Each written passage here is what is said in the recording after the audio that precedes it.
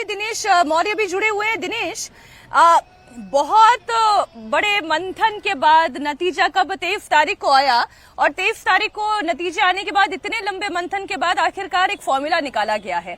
जाहिर है 5 तारीख को लेकर तैयारियां भी जोरों पर होगी, विधायक दल की बैठक भी अभी होनी है, तो वहां मुंबई में क्या हलचल है, जरा इस पर भी रिपोर्ट दें।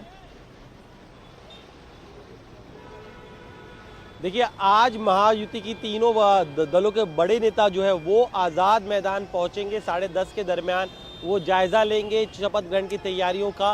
कल चूंकि अकेले बीजेपी के तमाम बड़े नेता चले गए तो और महायुति के 2 सदस्य खासतौर पे शिवसेना के नेताओं को बुलाया नहीं गया था, इसको लेके उन्होंने आपत्ति जताई थी। तो आज का सुबह का कार्यक्रम तो यही है कि 10:30 बजे तीनों जन जाएंगे और दिखाएंगे कि वो एक है, कोई भी उनमें मनमुटाव नहीं है। इसके बाद दोपहर 2 बजे एकनाथ शिंदे अपनी बीमारी से लौटकर वो वर्षा बंगले पर पहुंचेंगे।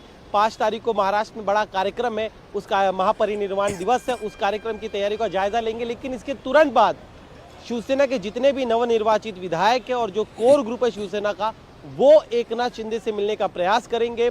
भले ही मुख्यमंत्री का पद उनके हाथ से चला गया हो, लेकिन कम से कम 9 बड़े मंत्रालय हैं, जिसमें शहरी अर्बन डेवलपमेंट के अलावा कृषि विभाग, सामाजिक न्याय, इसके अलावा गृह निर्माण विभाग, इस तरह से करीब 9 बड़े मंत्रालयों को किसी भी हाल में हाथ से जाने न दिया जाए, इसको लेकर प्रेशर आखिरी समय तक बनाए रखा जाए, इस रणनीति पर उनकी तरफ से काम किया जाएगा।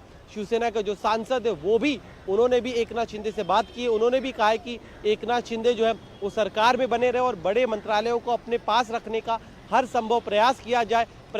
बीजेपी चूंकि बड़ा दल है, ऐसे में आधे से ज्यादा मंत्रालय उनके पास जाएंगे। कम से कम एनसीपी जो अजीत पवार है उनके पास वित्त भले ही चले गया हो, लेकिन अन्य बड़े मंत्रालय जो है वो एनसीपी के खाते में न जाए, ये इंश्योर जरूर करे एकनाथ शिंदे जी। नहीं, देखिए, मैं इसी से जुड़ी हुई एक बड़ी खबर है दिनेश, जरा वो हम दे दे दर्शकों को। इस बीच एनसीपी चीफ अजीत पवार ने भी बीजेपी आला कमान के सामने बड़ी डिमांड रखी है।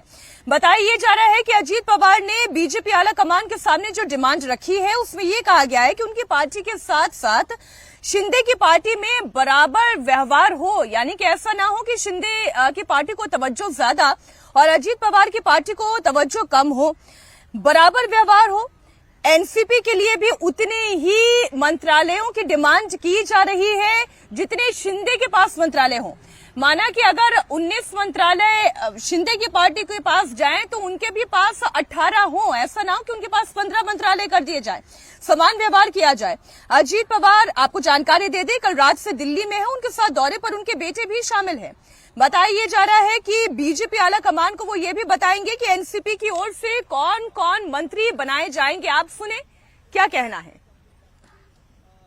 गुजरात के माजी मुख्यमंत्री रूपानी जी और देश की वित्त मंत्री निर्मला सीतारामन जी को अपॉइंट वहां पे किया है और 5 तारीख को शाम को शायद आजाद मैदान पर स्वेरिंग हो जाएगा। नहीं, कंक्लूजन तो हो ही गए ना। बीजेपी का चीफ मिनिस्टर होने का तय उसी दिन हो गया था जब एकनाथ जी शिंदे जी और अजीत दादा, स्वयं मैं, प्रफुल्ल भाई और अमित भाई के साथ हमारी जब मीटिंग हो गई थी तब सारा तय हो गया है।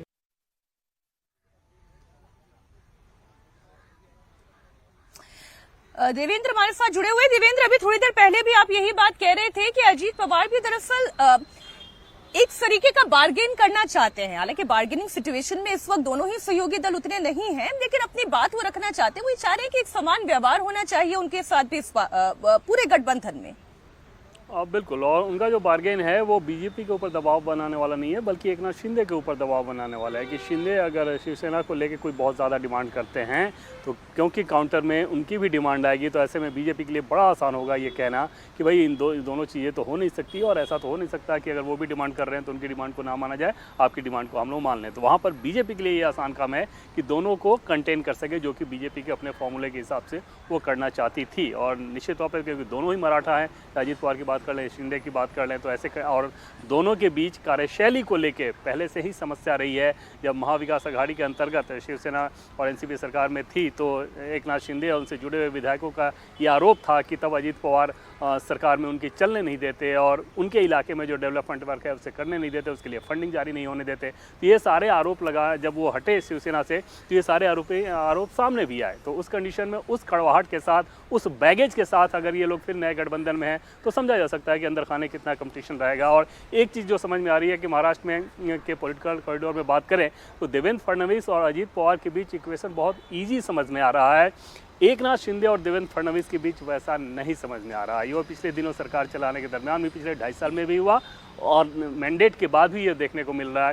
तो ये चीज़ निश्चित तौर पर महायुति के सभी नेताओं के लिए एक बड़ा चैलेंज होगा कि इस तरह के फ्रिक्शन में सरकार को स्मूथली वो कैसे चलाएंगे। ये आप बिल्कुल ठीक कह रहे हैं देवेंद्र, और वैसे भी पॉलिटिक्स में हर कोई नंबर 1 रहना चाहता है।